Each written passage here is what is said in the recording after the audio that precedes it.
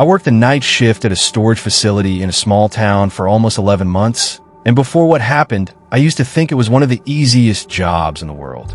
The facility sat near the edge of town, right before everything turned into farmland and empty roads. During the day, it looked normal enough.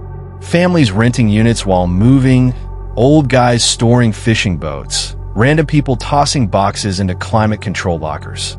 But at night, the place felt different. The property was huge. 3 long rows of outdoor units, 1 climate control building, and a narrow gravel road that wrapped around the back near a wooded area. Past that was nothing except fields and an abandoned railroad line. After 9 p.m., I was usually alone. My shift started at 6 p.m. and ended at 6 a.m. The office closed around 8 o'clock, which meant for 10 straight hours, it was just me, the cameras, and whoever happened to still be inside the gate before lockup. The owner, Gary, was this older guy in his 60s who treated security like an afterthought. "We're in a small town," he told me once. "Nothing happens here." That sentence aged horribly. The first weird thing happened about 3 months into the job. It was around 11:40 p.m.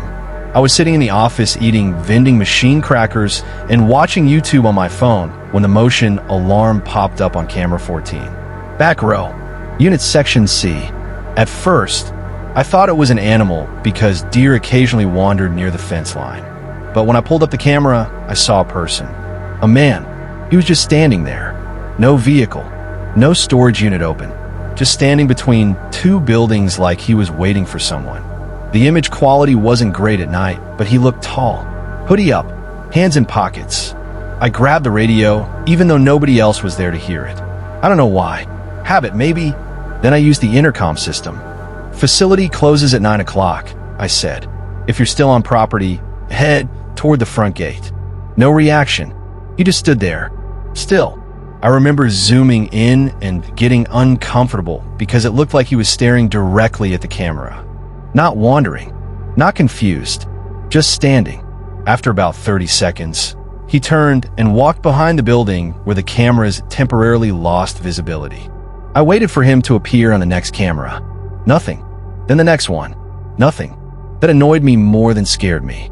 There was only one direction he could have walked. Stupid decision looking back. The back section was darker than the front because 2 floodlights had been broken for weeks. I drove slowly past rows of metal doors. Nothing. No person. No car. No sound except gravel crunching beneath the wheels. I even checked between buildings thinking maybe someone was hiding. Nobody. What bothered me wasn't that he disappeared. It was that there wasn't really anywhere to disappear to. The property was fenced. Tall chain link topped with barbed wire. And the gate alarm never opened. I told myself maybe I imagined the direction he walked. Maybe he climbed the fence. Still felt weird though. The next morning, I mentioned it to Gary. He shrugged. "Probably homeless," he said. That became his answer for everything. Broken lock? Homeless. Someone lurking? Homeless. Missing padlock? Homeless. It started happening more after that. Not every night. Just enough to feel strange. Sometimes I'd see movement on cameras near Section C. Sometimes a unit door would be slightly open even though it had been shut during patrol. Once, around 2 a.m., I found a folding chair sitting in the middle of the gravel road. No clue where it came from. No reason for it to be there. It faced the office, like someone had been sitting there watching. I moved it inside and forgot about it.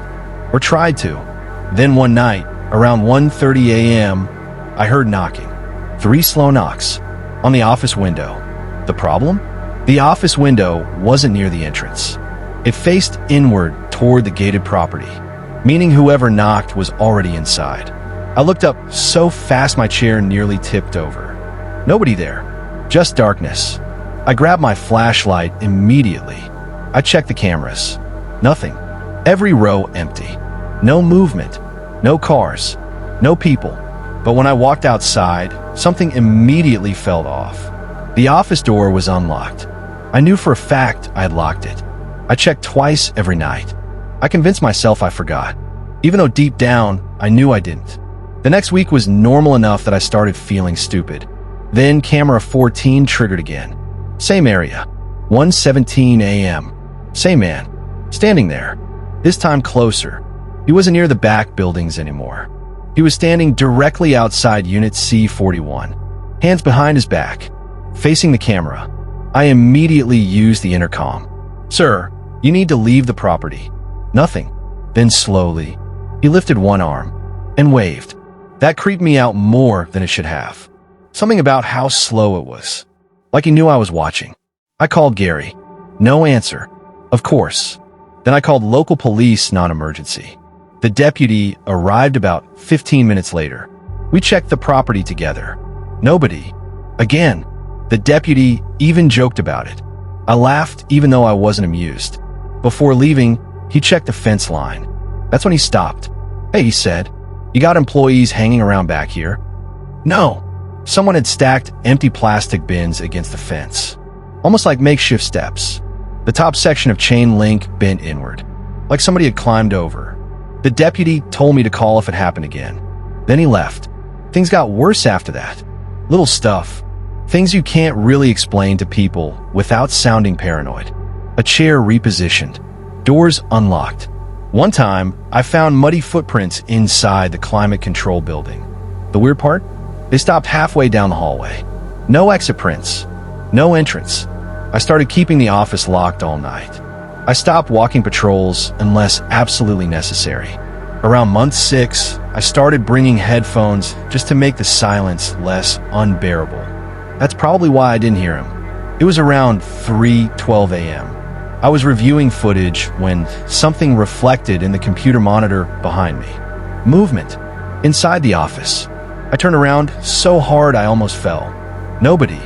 Then I noticed the bathroom door. Open. I always kept it closed. Always. The light was off. Pitch black inside. I stood there staring for maybe 10 seconds. Then my phone buzzed. Motion detected. Camera 2. Front office entrance. I checked the screen. A man stood outside. Hood up. Hands in pockets. Looking directly through the glass. Same guy. Except that made no sense. Because if he was outside, who or what had moved inside? I locked myself in the office bathroom and called police. I don't care how pathetic that sounds. 2 deputies showed up. They searched everything. Nobody there. One of them checked camera footage. That's when things got weird. The footage from the last 20 minutes? Static. Every camera. Like someone had erased it. One deputy actually looked uncomfortable. Could just be system issues, he said. But he didn't sound convinced. Said maybe I accidentally deleted files. Then he told me something he probably should have mentioned earlier. The guy before me quit suddenly. No notice. Just stopped showing up. Why? I asked. Gary hesitated. Said someone was messing with him. That made me furious. You didn't think that mattered? Gary shrugged. I thought he was on drugs.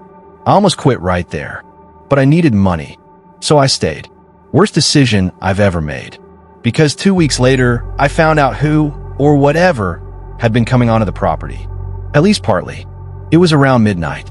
A thunderstorm had rolled through, so visibility sucked. Camera 14 triggered again. Of course. Same spot. But this time, there were 2 people. One standing. One crouched near the unit door. I zoomed in. The crouched one looked like he was trying to cut a lock. Finally. Something real. Something explainable. I immediately called police. Then I watched. The standing man suddenly looked directly at the camera again. Then pointed. Straight toward the office. Like he knew exactly where I was sitting. My stomach dropped. Then both men started walking. Not away. Toward me. Slowly. Through rows of storage buildings. The cameras caught them moving section by section.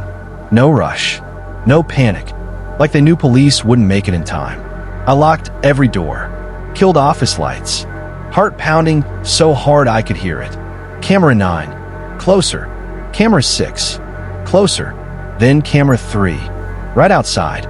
The office sat in near darkness. I could barely breathe. Then came a knocking. 3 slow knocks. Same as before. Then silence. Then another 3. A voice followed. Soft. Male. We know you're in there. I froze. Open up, he said. No reason to make this weird.